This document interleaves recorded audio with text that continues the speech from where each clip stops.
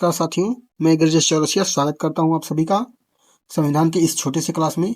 और बिना समय गंवाते हुए हम क्लास को यहीं शुरू करते हैं। तो सबसे पहले देखेंगे संविधान। संविधान संविधान दो शब्दों से मिलकर बना है, सम धन विधान। सम का अर्थ होता है बराबर, जिसे कह सकते हैं इंग्लिश में इक्वल। विधान मतलब विधि या नियम कह सकते हैं, या फिर कह सकते हैं कानून। विधि या नियम या कानून यानी कि संविधान में सभी के लिए बराबर या समान, सबको समान भी कह सकते हैं, समान नियम और कानून होंगे। समान नियम और कानून होंगे, इसे संविधान कहा जाएगा। आगे देखेंगे संविधान किसे कहते हैं। संविधान कहते किसे हैं ये देखेंगे। संविधान किसे कहते हैं?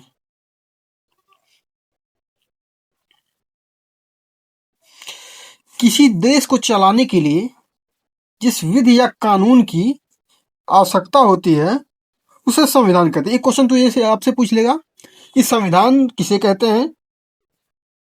संविधान किसे कहते हैं?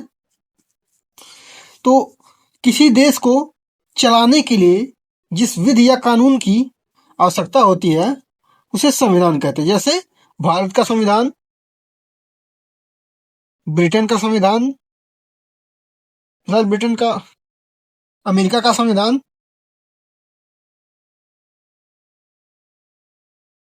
आगे देखते हैं। अगला क्वेश्चन होगा संविधान है क्या। कोई पूछे संविधान क्या है, तो संविधान जो है नियमों और कानूनों का संग्रह है। क्या है? नियमों और कानूनों का संग्रह है। नियमों और कानूनों का संग्रह है। आगे बढ़ेंगे। अगला क्वेश्चन आपसे पूछ सकता है कि संविधान का जनक किसे माना जाता है। संविधान का जनक किसे माना जाता है? संविधान का जनक किसे माना जाता है? तो संविधान के जनक जो हैं वो हैं जेम्स मैडिसन। संविधान के जनक जो हैं जेम्स मैडिसन हैं। वहीं पर यहाँ पर दो क्वेश्चन पूछ लेता है। वहीं पर अगर पूछेगा भारतीय संविधान का जनक किसे माना जाता है, तब आप लोग बताएंगे भीमराव अंबेडकर को माना जाता है। किसे माना जाता है? भीमराव अंबेडकर को माना जाता है। ये दो क्वेश्चन यहाँ पर ध्यान रखिएगा। पूछ लेगा कि संविधान का जनक किसे माना जाता है, तो वो है जेम्स मैडिसन।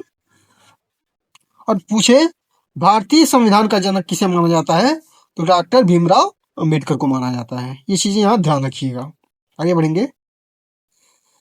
संविधान पढ़ने के लिए हमें सबसे पहले संविधान की विकास यात्रा के बारे में जानना पड़ेगा। भारतीय संविधान की विकास यात्रा यहाँ से हटा दीजिएगा। एक चीज यहाँ पे ध्यान रखिएगा।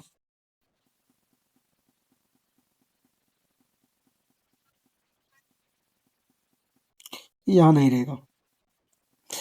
भारतीय संविधान की विकास यात्रा के बारे में देखेंगे।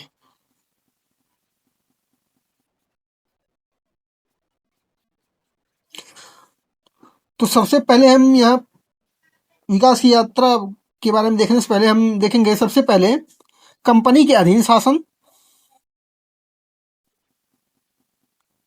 कंपनी के अधीन शासन।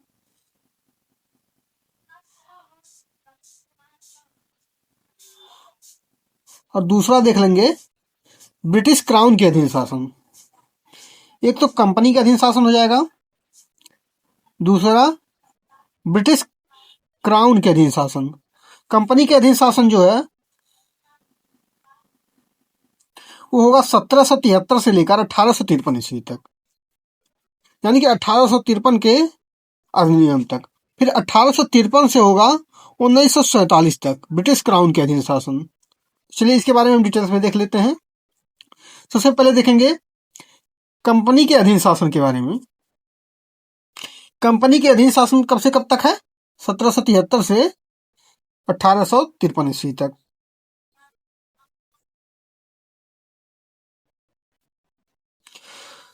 सबसे पहले इसमें देखेंगे हम 1600 ईस्वी का राजलेख। 1600 ईस्वी का राजलेख, इस राजलेख पर जो है हस्ताक्षर किसका किया गया था? हस्ताक्षर पूछे तो महारानी विक्टोरिया का था। 1600 ईस्वी का राजलेख हमें पढ़ना क्यों जरूरी है?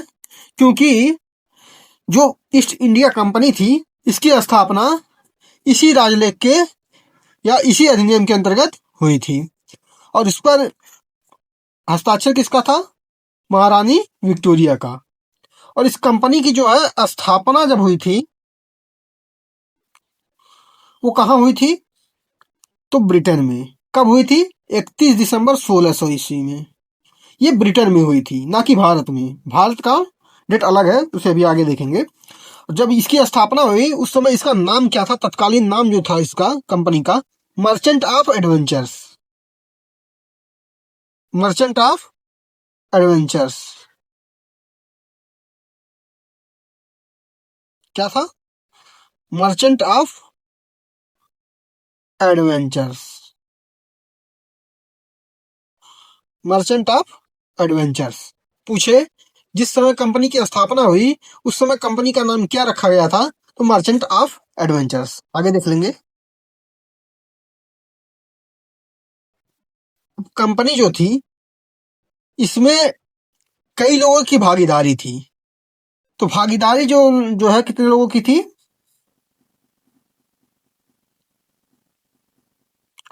तो भागीदारी जो थी वो 200 कुल 217 लोगों की थी। कितने लोगों की? 217 लोगों की। और कंपनी को बनाने में जो खर्च आया था, ब्रिटेन की मुद्रा उसमें पाउंड हुआ करती थी। कुल खर्च जो है 30,133 पाउंड का हुआ था। फिर बाद में इसका नाम बदलकर ब्रिटिश ईस्ट इंडिया कंपनी रखा गया। आगे देखेंगे। कंपनी के नियंत्रण के लिए, कंपनी को चलाने के लिए गवर्नर और उसकी परिषद का गठन किया गया था। गवर्नर और उसकी परिषद का गठन किया गया था। गवर्नर और उसकी परिषद का गठन किया गया था। गवर्नर और उसकी परिषद में जो सदस्य थे, सदस्य जो थे उसमें 3 प्रकार के सदस्य थे। कुल टोटल सदस्य की संख्या पूछे तो 26। कितना? कुल टोटल सदस्य की संख्या पूछे तो 26। और उसमें कौन कौन था? तो पहला तो था गवर्नर, दूसरा था डिप्टी गवर्नर, तीसरा वो 24 अन्य सदस्य थे। और इन सदस्यों का जो है कार्यकाल जो होता था, कार्यकाल याद रखिएगा, कार्यकाल डायरेक्टली पूछ भी लेता है। कार्यकाल जो था वो है 1 वर्ष का होता था। बाद में इस कार्यकाल को बढ़ा भी दिया जाएगा, तो उसे आगे देखेंगे। अभी अभी यहाँ जो इस समय स्थापना जो हुई है उस समय कार्यकाल इसका, गवर्नर और उसकी परिषद का, गवर्नमेंट एंड हिज काउंसिल का के सदस्यों का कार्यकाल जो है वो टेनर जो है 1 वर्ष का था। आगे बढ़ेंगे। ब्रिटिश ईस्ट इंडिया कंपनी हो चुकी है इसका नाम। और गवर्नर और उसकी परिषद का नाम जो है बदलकर निदेशक मंडल कर दिया गया है। बोर्ड ऑफ डायरेक्टर्स कर दिया गया है। गवर्नर और उसकी परिषद का नाम बदलकर निदेशक मंडल, बोर्ड ऑफ डायरेक्टर्स कर दिया गया है। इस कंपनी का उद्देश्य क्या था? उद्देश्य पूछता है तो पूर्वी देशों में 15 वर्षों तक व्यापार करना, ट्रेड मोनोपाली, व्यापारिक एकाधिकार, मतलब कि अकेले पूर्वी देशों में यह कंपनी जो है अकेले व्यापार करेगी, कोई अन्य कंपनी ब्रिटेन से नहीं जाएगी। आगे बढ़ेंगे। ब्रिटिश ईस्ट इंडिया कंपनी, इसकी जो है पूछे कि इसकी शक्ति कब समाप्त की गई थी? तो शक्ति जो है 1858 में समाप्त की गई थी। ब्रिटिश ईस्ट इंडिया कंपनी की शक्ति जो है 1858 में समाप्त की गई, जबकि ब्रिटिश इंडिया, BIC का मतलब होता है British east India company. BIC का मतलब होता है British east India company, short form में लिखा गया है। इसको पूर्ण रूप से कब समाप्त किया गया? तो 1874 में। कब समाप्त किया गया? 1874 में। आगे बढ़ेंगे।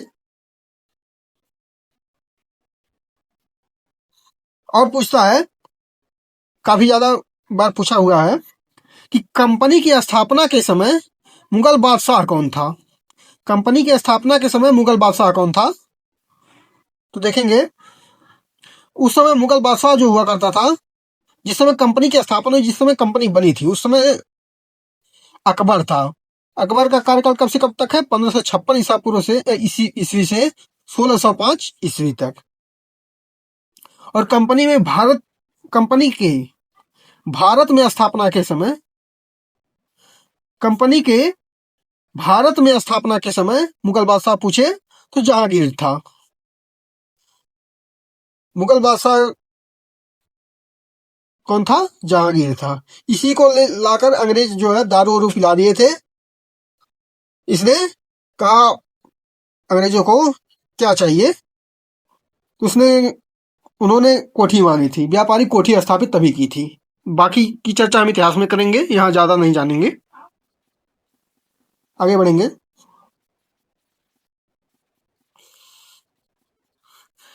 अब हम देखेंगे 1726 का राजनीति। यहाँ पर 3 प्रेसिडेंसियां हुआ करते थे। कौन कौन सी? पहला बॉम्बे प्रेसिडेंसी कहें तो उस समय के राज्य हुआ करते थे। मद्रास प्रेसिडेंसी और कलकत्ता प्रेसिडेंसी। इन तीनों प्रेसिडेंसियों के गवर्नर को कंपनी के लिए कानून बनाने का अधिकार मिल गया था।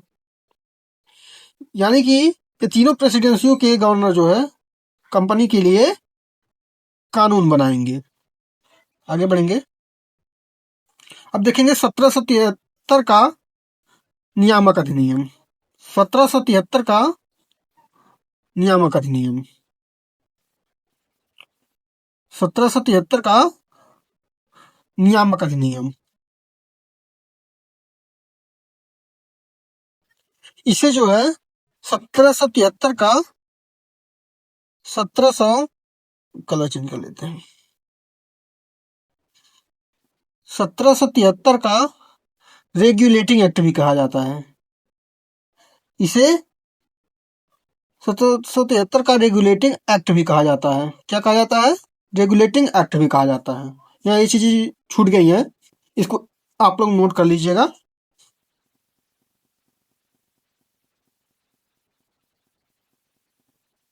और बंगाल की गवर्नर जनरल को, ये आप लोगों ने नोट कर लिया होगा,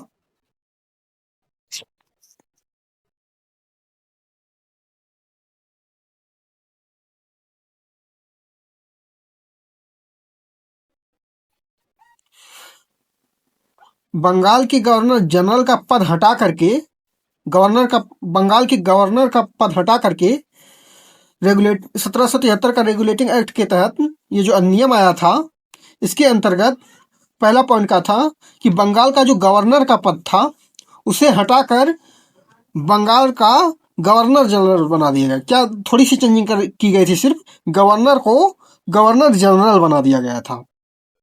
और यहाँ से 3 क्वेश्चन बहुत ज्यादा पूछते हैं। बंगाल का बहुत कंफ्यूजन भी होता है यहाँ पर, इसको ध्यान दीजिएगा। बंगाल का प्रथम गवर्नर पूछे तो कौन था?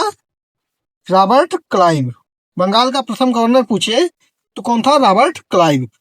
और प्रथम गवर्नर जनरल पूछे तो कौन था? Warren Hastings. बंगाल का प्रथम गवर्नर जनरल वारेन हेस्टिंग्स।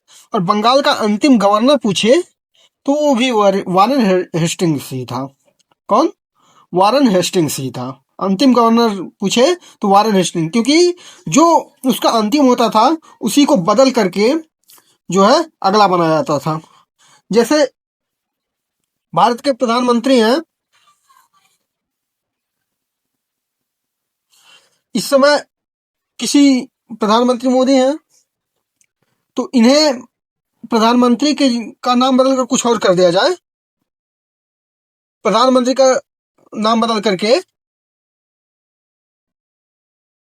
जैसे पीएम ही करना हो, तो अभी तो प्रधानमंत्री मोदी ही हैं, लेकिन अगर प्रधानमंत्री का पद हटाकर पीएम कर दिया जाए थोड़ी देर के, मान लीजिए, तो अभी भी प्रधानमंत्री कौन है? मोदी हैं।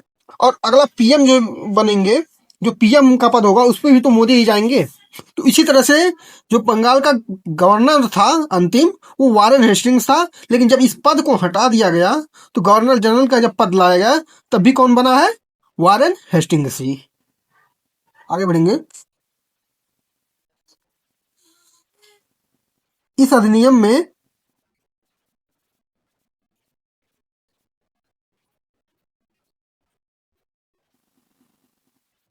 सुप्रीम कलकत्ता में जो है सुप्रीम कोर्ट की स्थापना की गई थी। कहां पर?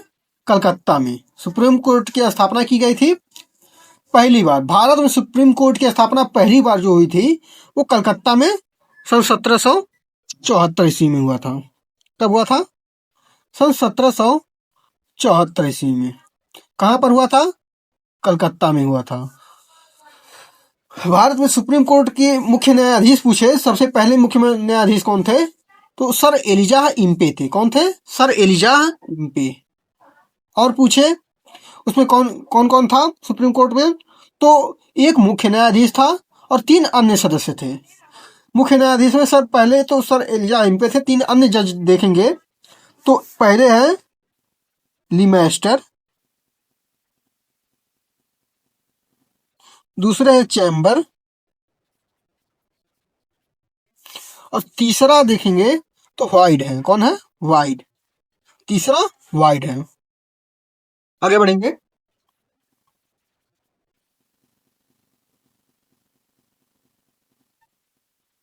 और ये जो सुप्रीम कोर्ट बना था इसके अंतर्गत मान लीजिए कोई गलती करे तो इसके अंतर्गत अपील, कोई गलत निर्णय दे दे तो इसके अंतर्गत अपील कहाँ किया जाता था? सुप्रीम कोर्ट के खिलाफ अपील कहाँ किया जाता था? तो ब्रिटेन में एक प्रिवी काउंसिल हुआ करता था, वहां पर इसका रिपोर्ट किया जाता था।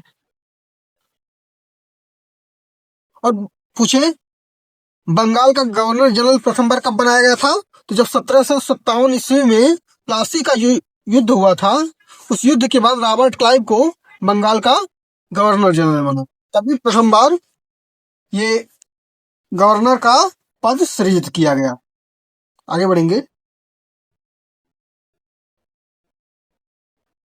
यह भी 1773 का नियामक अधिनियम यानी कि रेगुलेटिंग एक्ट ही है।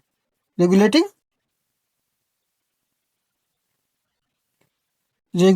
एक्ट ही है।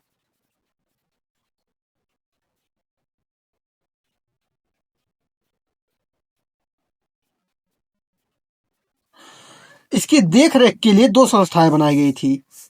पहला तो निदेशक मंडल, बोर्ड ऑफ डायरेक्टर्स, दूसरा हितधारकों का मंडल जिसे कह सकते हैं कोर्ट ऑफ प्रोप्राइटर्स। और जो है गवर्नर के सहायक परिषद जो था उसमें 4 सदस्य थे। कौन कौन? फिलिप फ्रांसिस, बरवेल, क्लेवेरिंग और मॉनसन। ये आप लोगों से पूछेगा नहीं, लेकिन जब हाई लेवल जाएंगे तभी पूछेगा, लेकिन याद रखिएगा इसको। बीओडी यानी कि बोर्ड ऑफ डायरेक्टर्स। बीओडी का संबंध देखें तो बोर्ड ऑफ डायरेक्टर्स से है। इसको शॉर्ट फॉर्म में यहाँ लिख दिया गया है। बोर्ड ऑफ डायरेक्टर्स का कार्यकाल जो है यानी कि निदेशक मंडल के सदस्यों का कार्यकाल 1 वर्ष से बढ़ाकर 4 वर्ष कर दिया गया था। और 24 सदस्य जो उनमें अन्य थे, मैंने पीछे भी बताया है, जो 24 सदस्य थे, एक तो उसमें वो था, क्या नाम है, गवर्नर था, दूसरा डिप्टी गवर्नर था और 24 अन्य सदस्य थे। तो उनमें से प्रत्येक का जो है कार्यकाल 1 वर्ष था, उसे बढ़ाकर 4 साल कर दिया गया। और 24 जो अन्य सदस्य थे, 24 अन्य सदस्य जो थे उनमें से 1/4 भाग प्रत्येक वर्ष रिटायर हुआ करते थे। बंगाल के गवर्नर को तीनों प्रेसिडेंसियों का गवर्नर बना दिया गया। यहाँ पूछ लेते दोस्तों कि किस अधिनियम के अंतर्गत बंगाल के गवर्नर जनरल को तीनों प्रेसिडेंसियों का गवर्नर जनरल बना दिया गया? वो 1773 का रेगुलेटिंग एक्ट या 1773 का नियामक अधिनियम। और गवर्नर गवर्नर की सहायता के लिए 4 सदस्यों की परिषद का भी गठन किया गया। ये 4 सदस्य कौन कौन से थे? फिलिप फ्रांसिस, बरवेल, क्लेवेरिंग और मॉनसन। आगे बढ़ेंगे।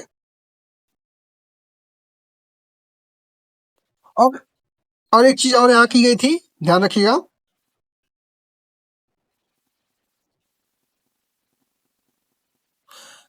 कंपनी के जो कर्मचारी थे, उन कर्मचारियों पर बिना लाइसेंस के व्यापार पर रोक लगा दिया गया था। निजी व्यापार वो लोग नहीं कर सकते थे, और ना ही वो भारतीयों से उपहार ले सकते थे, ना ही कोई रिश्वत ले सकते थे। 1781 का संशोधनात्मक अधिनियम, इसे अमेंडिंग एक्ट ऑफ 1781 कहा जाता है, या एक्ट ऑफ सेटलमेंट भी कहा जाता है। सबसे चर्चित नाम इसका है act of settlement. Act of settlement, या इसी को बंगाल का जुडिकेचर एक्ट अधिनियम भी कहा जाता है। बंगाल का जुडिकेचर अधिनियम भी कहा जाता है। बंगाल का जुडिकेचर अधिनियम भी कहा जाता है।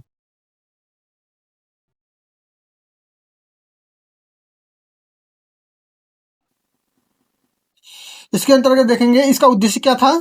जो 1773 का अधिनियम जो आया था, 1773 का, इसकी कमियों को दूर करना। क्या था? इसकी कमियों को दूर करना। इसका मुख्य उद्देश्य जो था 1773 के रेगुलेटिंग एक्ट की कमियों को दूर करना, और इसी में कार्यपालिका का न्यायपालिका से पृथक्करण किया गया। और इसमें एक चीज और कहा गया कि कंपनी के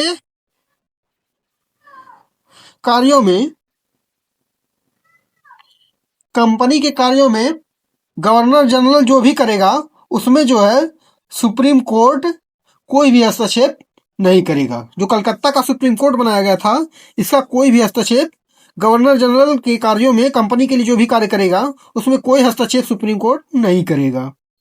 कलकत्ता सरकार बंगाल, बिहार व उड़ीसा के लिए कानून का निर्माण कर सकती थी। एक चीज ये भी कहा गया था इसमें। और कार्यपालिका व न्यायपालिका का पृथक्करण भी यहाँ कर दिया गया था कि कार्यपालिका के कार्यों में न्यायपालिका का कोई भी हस्तक्षेप नहीं होगा, दोनों अलग अलग कार्य करेंगी। आगे बढ़ेंगे। अगला देखेंगे Pitt's India act 1784।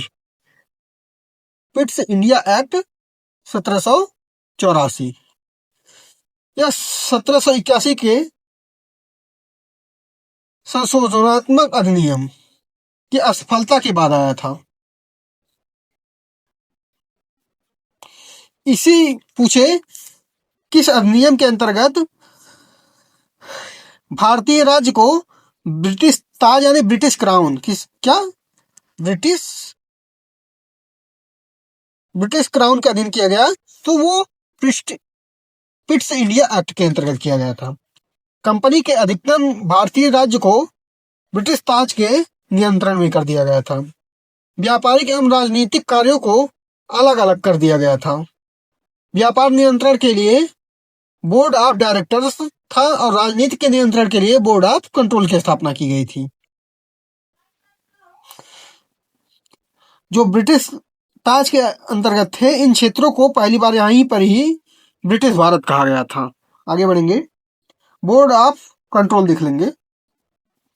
Board of control जो था, नियंत्रक मंडल, इसमें जो है दोस्तों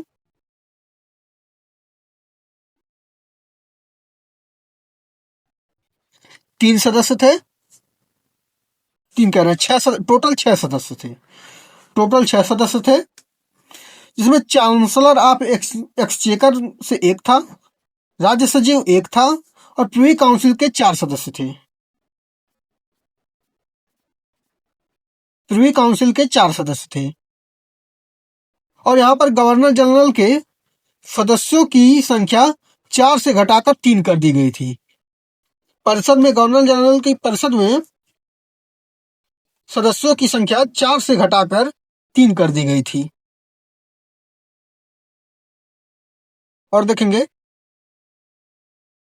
गवर्नर जनरल को यह अधिकार दे दिया गया था कि प्रांतीय सरकारें यदि केंद्रीय शासन को न माने तो प्रांतीय सरकारों को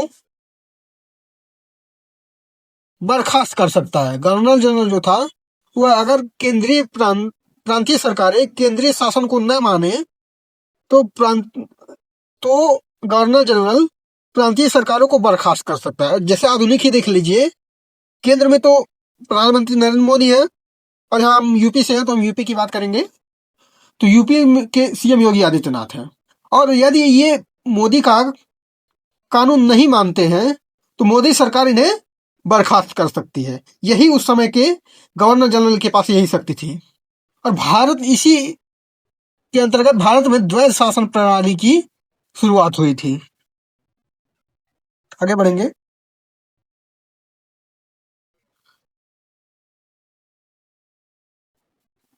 देखेंगे 1793 का राजलेख,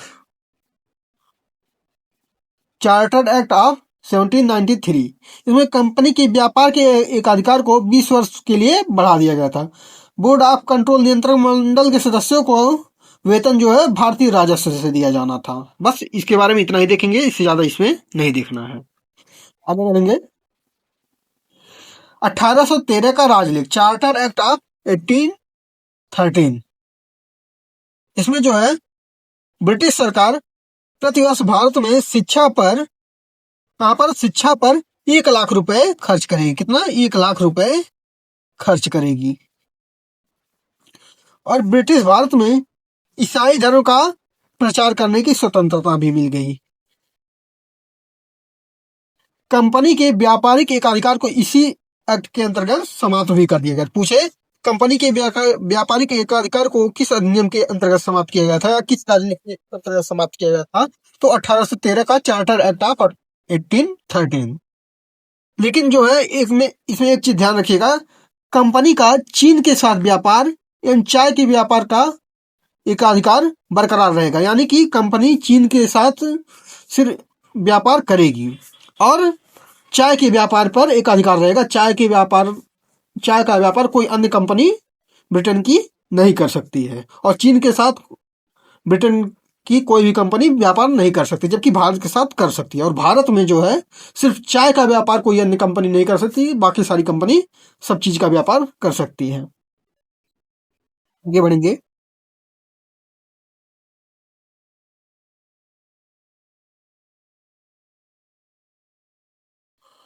अब देखेंगे 1833 का राजलेख, चार्टर एक्ट ऑफ 1833।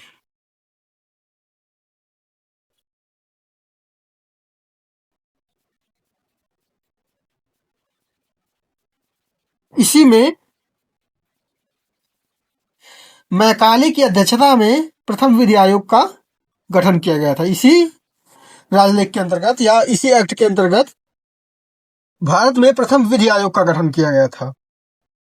और एक चीज ध्यान दीजिएगा, इसी के अंतर्गत भारत में दास प्रथा की समाप्ति की गई थी। दास प्रथा की समाप्ति कब की गई थी? 1843 में। किसने किया था? एलन बरो ने। एलन बरो। किसने किया था? एलन बरो। आगे देखेंगे। कंपनी के सभी व्यापारिक एकाधिकार, जो चीन के साथ व्यापार था और जो भारत में चाय का व्यापार था, सभी एकाधिकार को इस एक्ट के अंतर्गत समाप्त कर दिया गया था। और इसके अंतर्गत सबसे महत्वपूर्ण चीज जो है वह बंगाल के गवर्नर जनरल को भारत का गवर्नर जनरल बना दिया गया था। बंगाल के गवर्नर जनरल को भारत का गवर्नर जनरल बना दिया गया था। बंगाल के गवर्नर जनरल को भारत का गवर्नर जनरल बना दिया गया था। और पूछे, भारत का प्रथम गवर्नर जनरल कौन था? Lord William Bentinck. बंगाल का अंतिम गवर्नर जनरल पूछे तो वो भी विलियम बेंटिक ही होगा। ये चीज याद रखिएगा, बहुत पूछता है। आगे बढ़ेंगे। 1853 का राजलेख देखेंगे। 1853 का राजलेख, चार्टर एक्ट ऑफ 1853। यह अंतिम राजलेख था। इसके बाद कोई भी राजलेख नहीं आएगा। इसके बाद आएगा भारत शासन अधिनियम।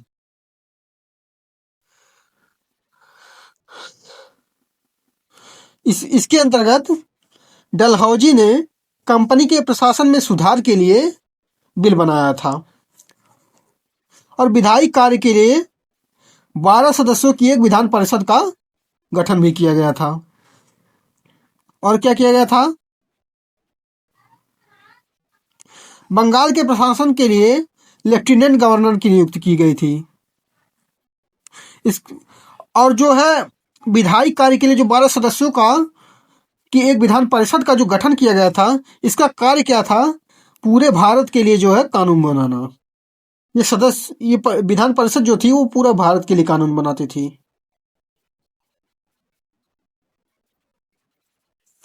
इसके डलहौजी का जो बिल आया था, इसमें जो है विधायी कार्य को और प्रशासनिक कार्य को अलग कर दिया गया था।